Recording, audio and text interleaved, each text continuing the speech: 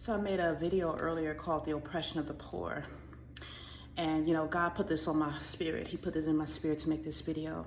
And as usual, people have hardened their hearts. I could feel a resistance for the few people who did watch the video. And they're coming back. Want to, bring forth a rebuttal and basically try to make me feel guilty and make it seem like it's my fault and it's the fault of the black race and we cause these problems. But let's just go all the way back from the beginning. Yes, I would not be sitting in poverty right now if, I hadn't done certain things in my past, in my childhood, if I have not had children out of wedlock as a teenager and had have gotten married before I had kids, or would have gone to college and built up the income that I needed so that I could, obtain a great career and not be in poverty and bondage. You're right. I should have done things that way. But let's just go all the way back, because the Lord has shown me a lot of things, how you all have made oaths and vows to destroy the entire black race, and how you have brought these demonic spirits and you brought witchcraft and sorcery here. You caused molestation and child abuse to come forth by putting these spirits in the black communities, in the black neighborhoods, okay? Let's talk about when I was in school, when I sat inside of a private school and I could not learn because, you have people taking things out of my brain. You've been taking things out of the brains of the people, taking their gifts and their talents, causing things to happen. And you see, had those people who have taken over my life, like he showed me certain people who have swapped my destiny, used witchcraft and sorcery, took my destiny while my mother put me in a private school, those things would not have happened.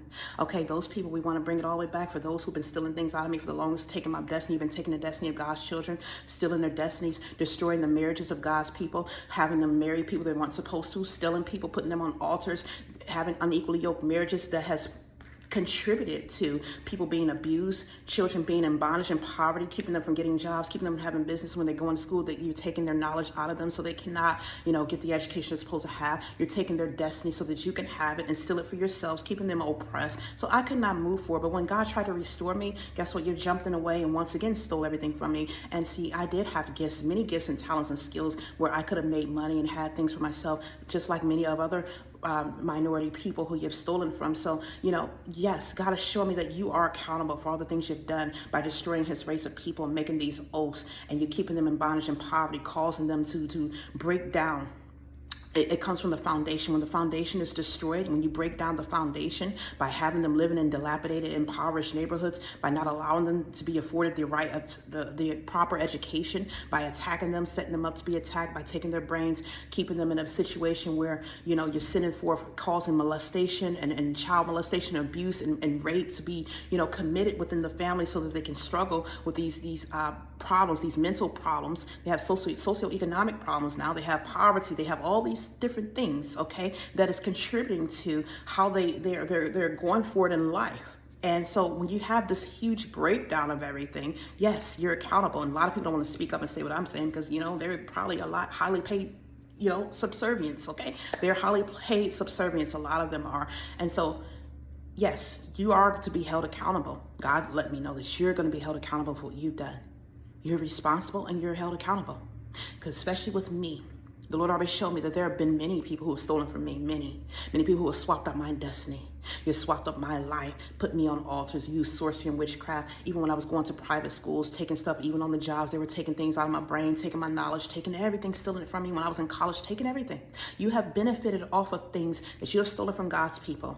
And they have sat here living a life of poverty, living an impoverished life filled with bondage. Then you oppress them. You don't want to allow them to have jobs. You don't want to allow them to have access to things. And then when they cannot take care of their kids or have these things, you want to take their children out of the house, where their children are now even, they're faced with even more detriment. They're faced with more problems such as abuse and neglect, and it's even dangerous there. And so this was an entire design that was devised by Satan's kingdom and those who have taken these oaths to serve Satan and destroy this race of people so they can in exchange get their wealth and power from Satan. You will be held accountable. You're going to be responsible for all of this. Because see, God created the marriage between a husband and wife. He created the marriage between his people so that they can raise their children in the families, so that the families can thrive and they can have what it is that they need. But you wanted to separate all this. This has happened a long time ago, even with welfare, having the men removed from the houses. Okay, having the single mothers out here taking care of their children. They're getting exposed to situations because the parents have to work and provide on their own. And now you're putting drugs on the corner. You're putting liquor stores in here. You're bringing forth drugs into the communities. And so all this has been, as a result of this, the children have been getting abused All this stuff. Do you see the effects of it? It's a long line of generational bondage and sins that have come forth. And the Lord is showing me, while you sit here, you can bring forth rebuttals all you want to, but it doesn't matter how you bring forth, how many rebuttals you bring forth.